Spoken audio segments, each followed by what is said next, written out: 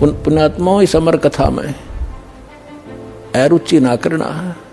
असंख्यों युगों के बाद तुम्हारा बिल्ली के भागों छीका टूटा है, ये इसको छक छक कर खा लो और कल्याण करा लो। अब सुनिएगा वो। ब्रह्मा विष्णु महेश्वर माया और धर्मराया कहिए। इस काल को धर्मराय भी बोलते, क्योंकि ये अपने आप को कहता मैं धर्म का राज करता हूं, तो जैसा करता हूं वैसा ही फल देता हूं। ब्रह्मा विष्णु महेश्वर माया और धर्मराया कहिए, इन पांचों मिल पर पंच बनाया वाणी हमरी लहिए। परमात्मा कहते हैं गरीबदास जी को ज्ञान दिया। गरीबदास जी परमेश्वर की महिमा प्रकट कर रहे हैं अपनी वाणी में। जैसा कि कबीर सागर में आपने देखा कि कबीर परमेश्वर ने 600 वर्ष पहले कहा था कि 12वां पंथ जो गरीबदास पंथ होगा और उसका प्रवर्तक होगा, वो 1774 में उसका जन्म होगा। उसमें 75 गलती से लिखा है कबीर सागर में। और उससे मेरी महिमा की वाणी प्रकट होगी। लेकिन वो गरीबदास पंथ वाले भी उस वाणी को नहीं समझ सकेंगे। फिर 12वें पंथ में चल के हम ही आएंगे और फिर उस वाणी को निर्णय करके समझाएंगे। सब पंथों को मिटाकर एक ही पंथ चलाएंगे। तो ये परमेश्वर की महिमा की वाणी गरीबदास जी ने प्रकट की है कि कबीर जी क्या बताना चाहते हैं। क्या बताते हैं कबीर जी, इन पांचों मिल जीव अटकाए, युगन युगन हम आन छुटाए। इन पांचों ने मिलकर तुम्हें यहां फंसा रखा है और युग युग प्रत्येक युग में आके हम ही छुड़वाते हैं तुम्हारे को इनसे। सत्य भक्ति करवा के, सच्चा ज्ञान दे के, तुम्हारा विश्वास दृढ़ करा के और सतलोक ले जाते हैं। बंदी छोड़ हमारा नामम, अजर अमर है अस्थिर ठामम। कबीर परमेश्वर कहते हैं बंदी छोड़ है मेरा नाम, यानी बंद छुड़वाने वाले। और हमारा स्थान सतलोक अजर अमर है, वो कभी नष्ट नहीं होता। वो शाश्वतम स्थानम, वो सनातन परम धाम है जो हमारा वास्तविक स्थान है। अब इनकी महिमा क्या बताते हैं। पीर पैगंबर कुतुब ओलिया सुर नर मुनि जन ज्ञानी, एत्या क्यों तो रा ना पाया ये जम के बंधे प्राणी। हे बंदी छोड़। अब ये है ये सूक्ष्म वेद। इस सुख यानी सचिदानंद घन की वाणी, इसके एक श्लोक को अनुवाद करने के लिए पीर पैगंबर कुतुब ओलिया सुर नर मुनि जन ज्ञानी, एत्या को तो रा ना पाया ये काल के बंधे प्राणी। इनको तो तत्व ज्ञान नहीं मिला, ना देवताओं को, ना ऋषियों को, ना महर्षियों को। इनको तत्व ज्ञान प्राप्त नहीं था, इसलिए ये काल की ही डोर से बंधे रहे। परमेश्वर कहते हैं, कबीर जी कहते हैं, सुर नर मुनि जन 33 करोड़ी बंदे सभी निरंजन डोरी। ये काल की डोर का बंध रहे, इनको यथार्थ ज्ञान नहीं है। और पुण्यात्मा, यहाँ एक बात समस्या आ जाती है कि क्या ब्रह्मा विष्णु महेश और देव ऋषियों ने किसी को ज्ञान नहीं था? हाँ, किसी को ज्ञान नहीं था। अब या फिर कुनीन होगी या अलग उतरा, अलग में उतरे नहीं, हमारे दिमाग में स्वीकार्य नहीं हो, गले नहीं उतरेगी। लेकिन यह उतारेंगे गले, वो गले उतरे अंदर जाए बिना दवाई काम नहीं करे, अगर ऊपर रहेगी तो इसके लिए फिर आपको प्रमाण दिखाना पड़ेगा। पुण्यात्माओं, प्रत्येक सत्संग में, ये सत्संग कहो या लेक्चर कहो या क्लास कहो, ये पीरियड कहो, ये प्रत्येक पीरियड में यहाँ एक सामूहिक सत्संग सतल है। क्या होता है कि जैसे ये 3-4 दिन का हम लगातार इसलिए करते हैं कि एक परिवार में 5-6 सदस्य हैं, तो 2 आ जाते हैं पहले दिन, वो चले जाते हैं सत्संग एक सुनकर दिन का मान ले। फिर शाम में दूसरे आ जाते हैं, आसपास हैं तो यहाँ आसपास का ऐसा है, और फिर तीसरे आ जाते हैं अगले दिन। तो ऐसे वो अपना 3 दिनों में टर्न वाइज सारे लाभ उठा ले जाते हैं। तो इसलिए दास चाहता है कि रह कर ये रेग मार बार बार मारा जा, ताकि सब का मैल उतर जाए। और जो पुण्यात्मा बार बार सुनते हैं प्रभु की महिमा, चाहे लाख बार सुन ले तो बार भी आनंद आना चाहिए। यदि आपको आनंद नहीं आ रहा कि तो कल सुनी थी आज भी फिर सुना रहे हैं गुरु जी, तो आप अस्वस्थ हैं, आप अभी भक्ति योग नहीं हुए हो। जैसे व्यक्ति को बुखार हो जाता, मलेरिया, उसको रोटी भी कड़वी लगती है, मनुखा दाख भी कड़वी लगती है, और उसका इलाज क्या है? कड़वी लग गए हैं तो कुनीन कड़वी खानी पड़ेगी। फिर वो स्वस्थ होगा, और स्वस्थ होने के बाद फिर वो सूखी रोटी भी उसको मीठी लगेगी। ऐसे ही जो व्यक्ति पहली बार सत्संग सुनता है उसको ये ज्ञान अटपटा सा लगता, पर सुनता रहे, फांकी मार इसकी, ना चाहते हुए जैसे गोली, ना चाहते हुए भी गटक जाया करें, ना चाहते हुए सुनते रहना इस ज्ञान को। ये कानों के माध्यम से आपके पेट में जाएगी कुनीन, और फिर साफ कर देगी अंदर से, जिससे आपको कड़ुआपन था। अब दिखाते हैं कि ना ब्रह्मा सुर नर मुनि जन 33 करोड़ी, बंदे सभी निरंजन डोरी, पीर पैगंबर कुतुब ओलिया सुर नर मुनि जन ज्ञानी, एत्या को तो रा ना पाया ये जम कै बंधे प्राणी। ये वाणी परमात्मा की। अब इस वाणी को सिद्ध करना अति आवश्यक है, नहीं तो कोई भी नहीं मानेगा कि ब्रह्मा विष्णु महेश सुर माने देवता है। इन देवताओं को ज्ञान नहीं था, और इन मुनियों को, ब्राह्मणों को कोई ज्ञान नहीं था, ऋषियों को तत्व बिल्कुल भी ABC, ये तो वेद ज्ञान था ही नहीं इनको।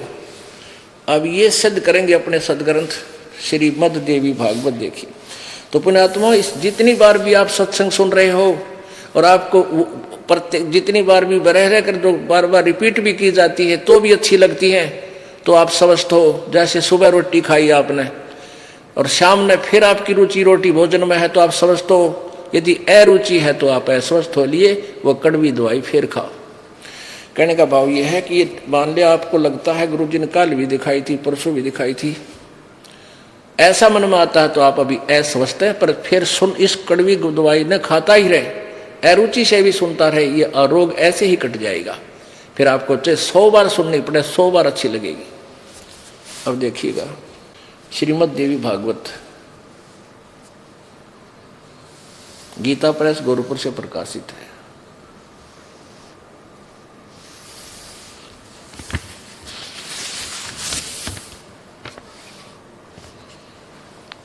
और इसके संपादक कौन है? हनुमान प्रसाद पोदार चिमन लाल गोस्वामी। ये कहाँ से छपी है?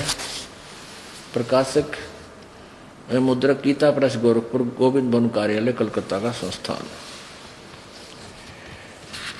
इसके 28 पृष्ठ पर आपको दिखाते हैं। पहला सकंद, पृष्ठ नंबर 28, 28 पे, और संक्षिप्त देवी भागवत। नारद जी और व्यास की वार्ता हो रही है, यहां देखिएगा। नारद जी ने कहा, महाभाग व्यास जी, तुम इस विषय में जो पूछ रहे हो ठीक यही प्रश्न मेरे पिताजी ने भगवान श्री हरि से किया था। यहां देखना, वे चराचर जगत के आश्रय दाता, जगतगुरु एवं देवताओं के भी देवता हैं। ऐसे जगत प्रभु भगवान श्री हरि यानी विष्णु जी महान तप कर रहे थे, उनकी समाधि लगी थी। यह देखकर मेरे पिता ब्रह्मा जी को बड़ा आश्चर्य हुआ। अतः उन्होंने उनसे जानने की इच्छा प्रकट की। ब्रह्मा जी ने पूछा, प्रभु आप देवताओं के अध्यक्ष, जगत के स्वामी, भूत भविष्य एवं वर्तमान सभी जीवों के एकमात्र शासक हैं। भगवान फिर आप क्यों तपस्या कर रहे हैं और किस देवता यानी किस भगवान की आराधना में ध्यान मगन है? मुझे असीम आश्चर्य तो ये हो रहा है कि आप देवेश्वर एवं सारे संसार के शासक होते हुए भी समाधि लगाए बैठे हैं। तो विष्णु जी क्या बोले? ब्रह्मा जी के विनीत वचन सुनकर भगवान श्री हरि यानी विष्णु जी ने ये उत्तर दिया, ब्रह्मन सावधान होकर सुनो, मैं अपने मन का विचार व्यक्त करता हूँ। देवता, दानव, मानव सभी यही जानते हैं कि तुम सृष्टि करते हो, मैं पालन करता हूँ, और शंकर संहार क्या करते हैं। किंतु फिर भी वेद के पारगामी विद्वान अपनी युक्ति से यह सिद्ध करते हैं कि रचने, पालने और संहार करने की यह योग्यता जो हमें मिली है उसकी अधिष्ठात्री शक्ति देवी है, दुर्गा है।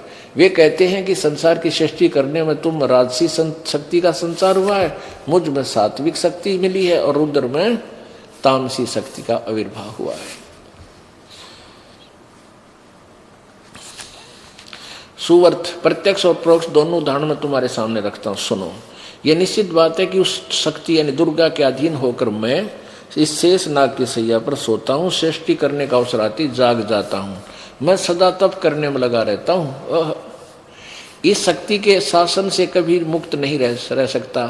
कभी अवसर मिला तो लक्ष्मी के साथ सुखपूर्वक समय बिताने का सौभाग्य प्राप्त होता है। मैं कभी तो दानवों के साथ युद्ध करता रहता हूँ, कभी अखिल जगत को भय पहुंचाने वाले दैत्यों के विकराल शरीरों को शांत करना मेरा परम कर्तव्य हो जाता है। और फिर क्या कहते हैं, अब यहाँ तोड़ पाड़ दिया विष्णु जी ने अपने ज्ञान का। मुझे सब प्रकार से शक्ति के अधीन होकर रहना पड़ता है, उन्हीं भगवती शक्ति का मैं निरंतर ध्यान किया करता हूँ। और ब्रह्मा जी मेरी जानकारी में इन भगवती शक्ति से यानी दुर्गा से बढ़कर और कोई देवता नहीं, कोई और भगवान को नहीं। ओ तेरा गजब। अब आगे परमात्मा की वो वाणी, स्वर नर मुनि जन 33 करोड़ी, ये बंधे सभी काल की डोरी। इन ब्रह्म तक का विज्ञान कोई ना, वेदों का विज्ञान नहीं विष्णु जी को, ना ब्रह्मा जी को। अब देख दुर्गा क्या बताती है, ये कहता है कि मैं तो दुर्गा से ऊपर कोई भगवान नहीं मानता, देव नहीं मानता। और देवी क्या कहती है कि ब्रह्म की पूजा करो, उसका ओम नाम है, सब बातें छोड़ दो। बता भाई, अभी न कित रो है। अब 562 पृष्ठ पे आपको दिखाते हैं। श्री 7वां स्कंद संक्षिप्त देवी पुराण देवी भागवत 562। अब देवी बता रही है, हिमालय को ज्ञान उपदेश दे रही है, ब्रह्म स्वरूप का वर्णन। पहले दिए अपनी अटकल्ला है कि मेरा ऐसी भक्ति करो, फिर कहती वो ब्रह्म कैसा है वो बताती हूँ। श्री देवी जी कहने लगी उस ब्रह्म का क्या स्वरूप है यह बतलाया जाता है, जो प्रकाश रूप सबके अत्यंत समीप में सचित हृदय रूप गुहा में सचित होने के कारण गुहाचर नाम से प्रसिद्ध और महान पद अर्थात परम प्राप्य है। वह समस्त प्रजा के ज्ञान से परे है, अर्थात किसी की बुद्धि में आने वाला नहीं है, ऐसा तुम जानो।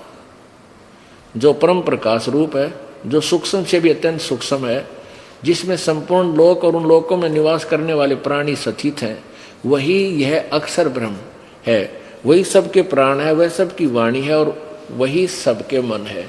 यह सब परम सत्य, ये परम सत्य और अमृत अविनाशी तत्व है। सौम्य उस वेदने योग्य लक्ष्य का तुम वेदन करो, मन लगाकर उसमें तन्मय हो जाओ। सौम्य उपनिषद में कथित महान अस्त्र धनुष लेकर उस पर उस उपासना द्वारा तीक्ष्ण किया हुआ बाण संधान करो और फिर भानुगुप्त चित्त के द्वारा उस बाण को खींचकर उस अक्षर ब्रह्म को ही लक्ष्य बनाकर वेदन करो। या मई मत बताओ है और भगवान अविनाशी परमात्मा की मंत्र बता रही है। ओम परवण माने ओम धनुष है, जीवात्मा बाण है और ब्रह्म को उसका लक्ष्य कहा जाता है।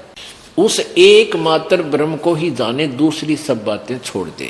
यानी ना मेरी पूजा करना ना किसी और की, केवल ब्रह्म उपासना करें। यही अमृत रूप से परमात्मा के पास पहुंचने का पुल है। यहां देखो, इस आत्मा का ओम के जप के साथ परमात्मा लिखना था यहाँ पर। इस परमात्मा का ओम के जप के साथ ध्यान करो। इससे अज्ञान में अंधकार से सर्वथा परे संसार सागर समुद्र से उस पार जो ब्रह्म है उसको पा जाओगे, तुम्हारा कल्याण हो। और यहां वो क्या कह रही है, वह यह शब्द का परमात्मा आत्मा ब्रह्म लोक रूप दिव्य आकाश में रहता है, वहां सचित है अपना आत्मा।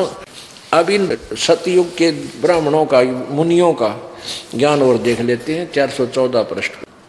परमात्मा की एक वाणी, इतना ज्ञान फैला दिया इन लोगों ने कि परमात्मा के यथार्थ ज्ञान को सत्य को सत्य सिद्ध करने के लिए ये इतने पापड़ बेलने पड़ते हैं इस दास को, जब आपका यूं यकीन होता है कि सचमुच कबीर जी की वाणी सच्ची है। छठा अध्याय और संक्षिप्त देवी भागवत 414 पृष्ठ। जन्मे जय ने पूछा, महाभाग किस युग में कैसा धर्म का स्वरूप है, इस संपूर्ण विषय को विशेष रूप से बताने की कृपा कीजिए। व्यास जी बोले, व्यास जी कह रहे हैं जो वेदों के राइटर हैं और गीता के और पुराणों के। राजन ये निश्चय है कि सतयुग में ब्राह्मण वेद के पूर्ण विद्वान थे। और उनके द्वारा निरंतर भगवती जगदम्बा की आराधना होती थी। जय हो। और वे भगवती का दर्शन करने के लिए उनका मन सदा ललायित रहता था। वाह रे वाह। आलियावड़ सतयुग के ब्राह्मणा का और वेद के पूर्ण विद्वान थे, दुर्गा की पूजा करते थे। और दुर्गा कह रही है वो तो ओम का जाप करो, बाकी सब छोड़ दो। और वेद यही कह रहे हैं और गीता यही कह रही है, गीता जी कि वो खुद कहता है कि मेरा तो एक ओम मंत्र है और कोई देवता की पूजा मत करो, किसी देव की पूजा मत करो यदि तुम्हें कल्याण चाहिए।